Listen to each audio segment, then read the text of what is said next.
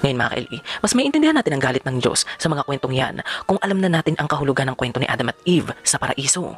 Dahil sa kwentong ito, malinaw na noong una pa lang, intensyon na ng Diyos na panatilihing mangmang at walang alam ang sangkatauhan. Ngayon mga ka-LE, sinasabi sa atin ng Bible na ginawa ng Diyos ang hardin o ang paraiso na nakahanda para sa kanyang paboritong nilalang, ang tao. Halos lahat ng bagay at nilalang na matatagpuan sa paraiso ay para sa atin. Maaari nating kunin, gamitin, abusuhin at pakinabangan ng mga ito. Kaso nga lang, ang magandang pangakong yan ay hindi totoo dahil may isang bagay sa sentro ng hardin na ayaw ng Diyos na makuha natin. At ito ay ang puno ng karunungan, ang Tree of Knowledge. Sa kwento kung saan tayo ang pinaka-espesyal sa mata ng Diyos, ang pagkakaroon ng kaalaman, talino, karunungan at pangunawa ay isang kasalanan. Malinaw na sinasabi ng Diyos na kung gusto nating manatili sa paraiso at kung gusto natin siyang makasama, kailangan nating maging mangmang at walang alam. Pero mga ka-LE, ayon sa kwento, hindi natin napigilan ang ating sarili.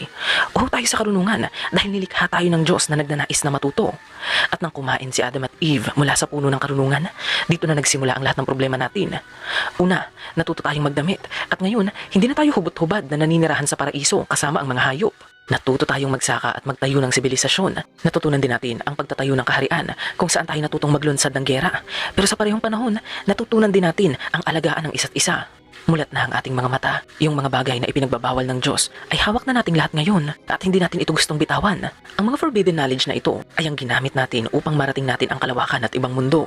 Ang mga forbidden knowledge na ito ay ang naging daan upang malaman natin na ang universe na ating tinitirahan ay mas malaki, mas malawak at mas nakakamangha kaysa sa sinasabi ng ating mga propeta. Siguro mga ka-LE, kung hindi tayo kumain mula sa puno ng karunungan, hubot-hubad pa rin tayong nagpapalaboy sa kalikasan hanggang ngayon at inaaliw ang ating sarili sa paniniwala na tayo ang sentro ng lahat. Pero dahil mas marami sa atin ang pinili ang karunungan, lalo tayong napalayo sa Diyos at sa hardin at narating na natin ang punto kung saan hindi na tayo makabalik pa. Hindi dahil nakatindig pa rin ang mga anghel at ang kanilang nagliliyab na espada sa entrada ng paraiso upang tayo ay pigilang makapasok, kundi dahil hindi na natin nais na bumalik pa sa hardin. Paminsan-minsan, iniiyakan natin ang hardin ng Eden, ang ating naglahong paraiso. Hinahanap natin ang presensya ng tagapaglikha na magsisilbing magulang na hawak sa ating mga kamay kapag tayo ay natatakot.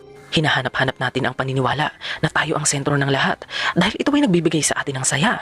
Ang kwento ni Adam at Eve sa Hardin ng Eden ay isang representasyon ng isa sa pinakamahalagang pangyayari sa ating kasaysayan. Sinisimbolo nito ang pinakamaagang panahon ng development natin bilang isang species. Noong tayo ay maituturing pang inosente, ignorante at walang kaalam-alam tungkol sa mundong ating ginagalawan.